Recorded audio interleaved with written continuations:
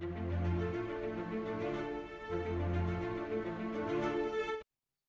दोस्तों, आज हम देखेंगे एनाटॉमी ऑफ टीथ। ये हमारे बॉडी का बहुत ही इम्पोर्टेंट स्ट्रक्चर है और इसके बिना हम अपनी ज़िंदगी को बहुत ही अधूरा महसूस करेंगे।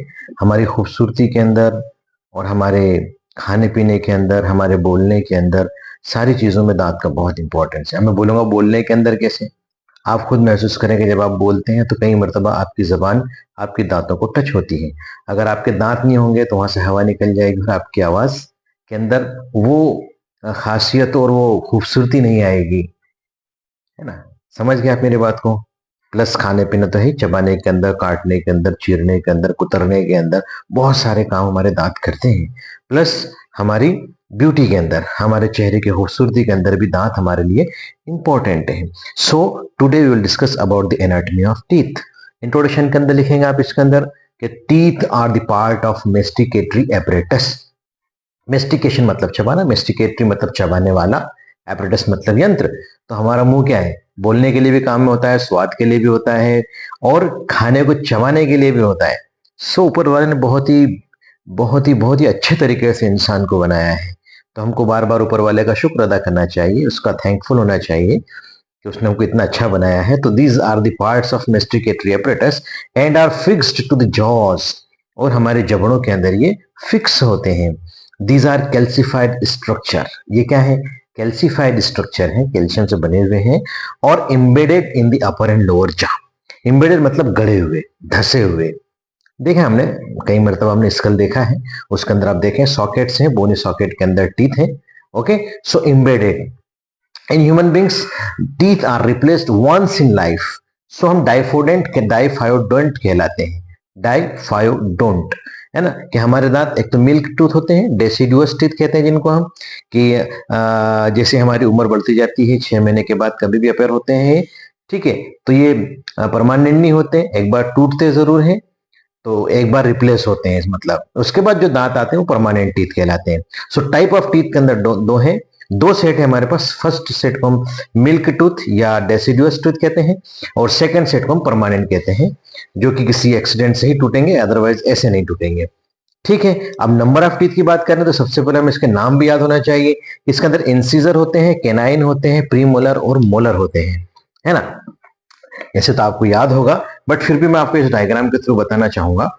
ये देखो, इस डायग्राम को अगर आप ध्यान से देखेंगे, थोड़ा सा ऐसा करते हैं अपन इसको, है ना, यहीं से समझा देता हूं। सो स्टार्टिंग जो चार दांत नीचे के, ये अपन हाफ देखेंगे, है ना।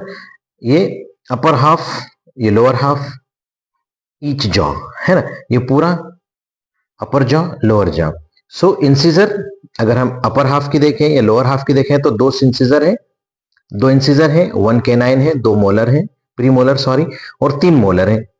ये परमानेंट टीथ की बात कर रहे बेटा, है ना। तो आप तो सिर्फ नाम याद रखोगे। फिर इंसिजर दो होते हैं आगे की तरफ, अगर ऐसा देखें तो चार हो जाएंगे। दो पूरे जॉ को देखोगे तो एक दो तीन चार इंसिजर है, वन केनाइन है इधर और इधर, तो दो हो गए केनाइन, प्लस टू इधर प्रीमोलर है और तीन इधर से मोलर टीथ है, ठीक है। अब हम बात करेंगे, हमारे नाम तो हो गए, अब हम बात करेंगे नंबर ऑफ टीथ की। टाइप हो गए, अब नंबर ऑफ टीथ की बात करेंगे, है ना। नंबर ऑफ टीथ की बात करेंगे। सो नंबर में डेसिडुअस टीथ 20 होते हैं। डेसिडुअस टीथ कितने होते हैं, 20 होते हैं। तो इसका फॉर्मूला ICPM 212/212, अपर हाफ जा लोअर हाफ जा, दो और एक तीन और दो पांच, 5/5 मतलब 5 और 5 10, हाफ हो गया, 10 इस साइड तो 20 टीथ हो जाएंगे, डेसिडस टीथ हो जाएंगे ये। परमानेंट हमारे 32 दांत होते हैं, 32 टीथ, 2123/2123 ईच हाफ जा के लिए, है ना। अपर और लोअर दोनों हाफ जा के लिए है। तो दो इंसिजर है, वन केनाइन है, दो प्रीमोलर है, तीन मोलर है। इसी साइड सेम इस साइड भी हो जाएंगे, तो दो और एक तीन और दो पांच और तीन आठ, आठ और आठ 16 और 16 दोनों 32, ठीक है। तो परमानेंट टीथ हो जाएंगे। अब पार्ट्स ऑफ टीथ की बात करें हम, तो इसके अंदर क्राउन होता है, नेक होता है और रूट होता है। अब वो कैसे होता है मैं आपको डायग्राम से बताऊंगा आपको।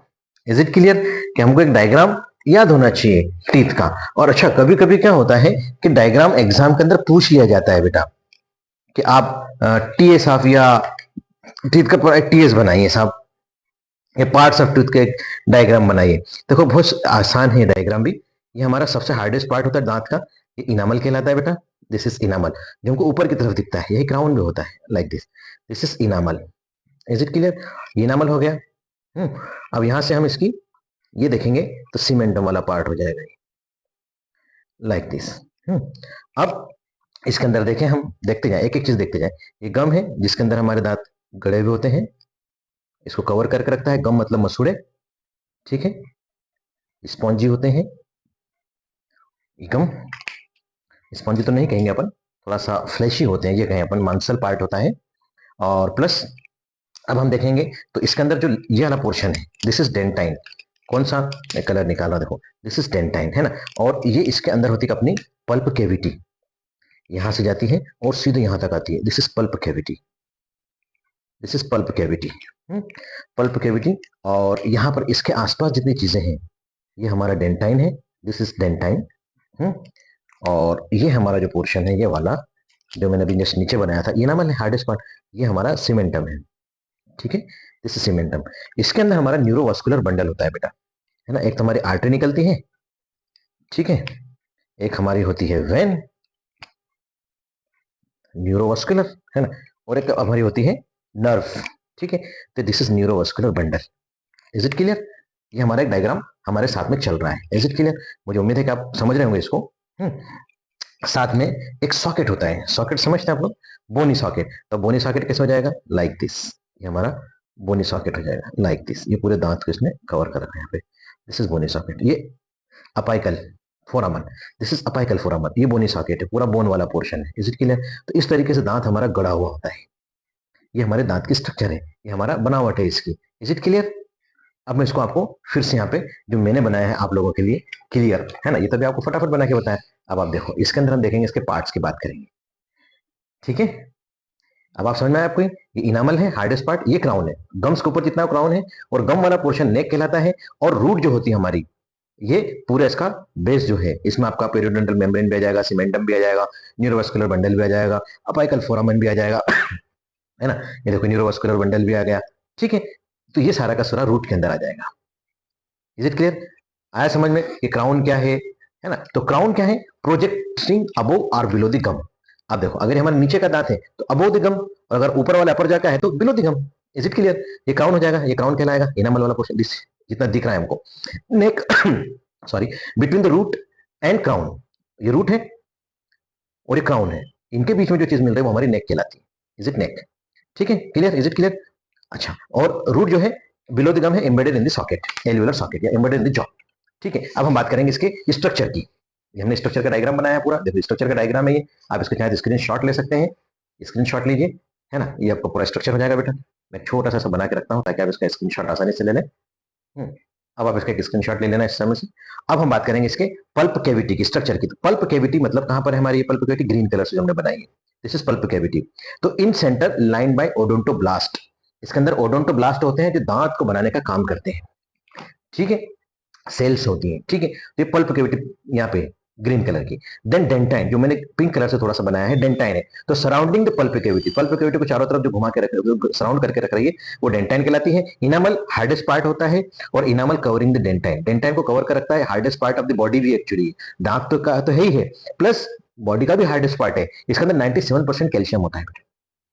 देन सीमेंटम, सीमेंटम कौन सा है जो मैंने पर्पल कलर से बनाया है? तो सीमेंटम क्या है? Surrounding the embedded part of dentine, जो डेंटाइन का जो एम्बेडेड पार्ट है सॉकेट के अंदर जो गया है, उसको जो घेर के रख रहा है वो सीमेंटम कहलाता है।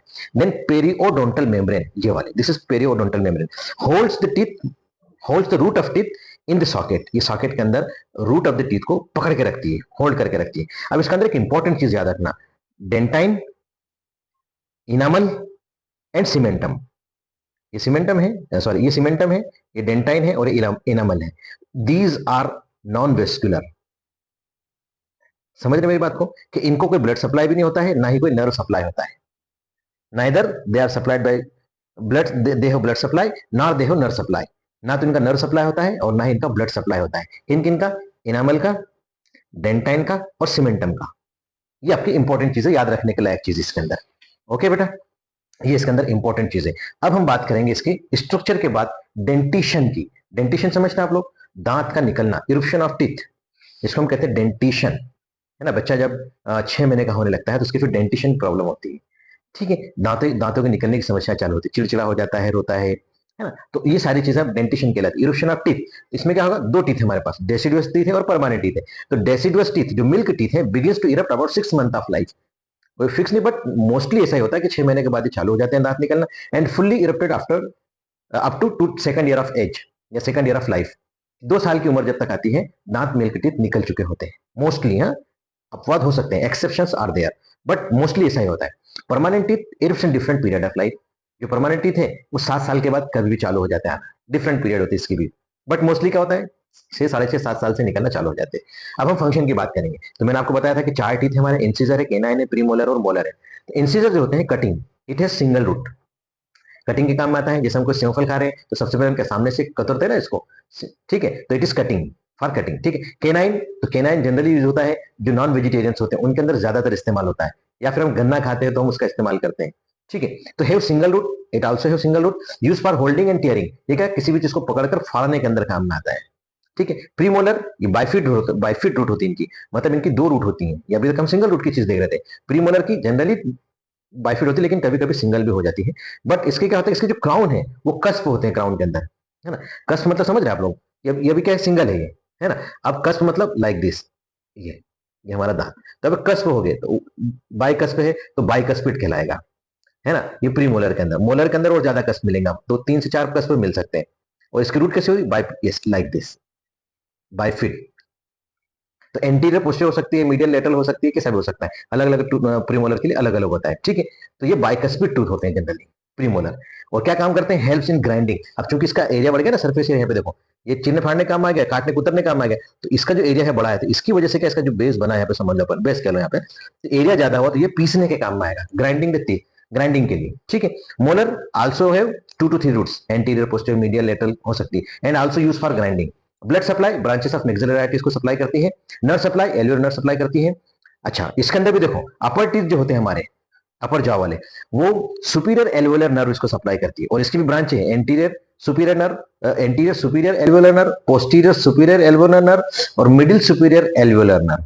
और alveolar nerve is branch of maxillary nerve. जबकि इंफीरियर टीथ होते हैं जो लोअर जॉ होते हैं, वो इंफीरियर एल्वियोलर नर्व्स होती है जो कि मैंडिबुलर नर्व की ब्रांच है। और ये दोनों जो है मैक्सिलरी नर्व और मैंडिबुलर नर्व, ये ब्रांच है ट्राइजेमिनल नर्व की, फिफ्थ क्रेनियल नर्व की। ट्राई मतलब 3, जेमिनल मतलब जिसके 3 हेड हो, तो मैक्सिलरी, मैंडिबुलर और ऑप्थेल्मिक, ये 3 इसके नर्व होते हैं। तो मैक्सिलरी के अंदर सुपीरियर एल्वियोलर इसके अंदर आ जाएगा, ठीक है। तो सुपीरियर एल्वियोलर नर्व निकलेगी इसका, तो anterior posterior middle superior alveolar nerve, ये मैक्सिलरी के ब्रांच है।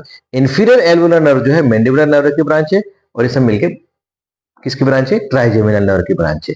मेरे ख्याल से कंफ्यूजन नहीं होता, अगर आप इतना याद नहीं रख सके तो आप तो सिर्फ इतना लिखना, nerve supply bye alveolar nerve, सब भूल जाना, एल्वियोलर नर्व इसको सप्लाई करती है।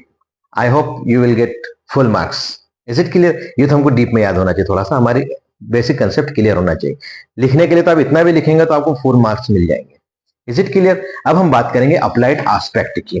तो अप्लाइड एस्पेक्ट इंपॉर्टेंट है हमारे डे टू डे लाइफ के अंदर, प्रैक्टिस लाइफ के अंदर, जनरल प्रैक्टिस के अंदर, और हमको ये पेशेंट मिलते हैं जनरली।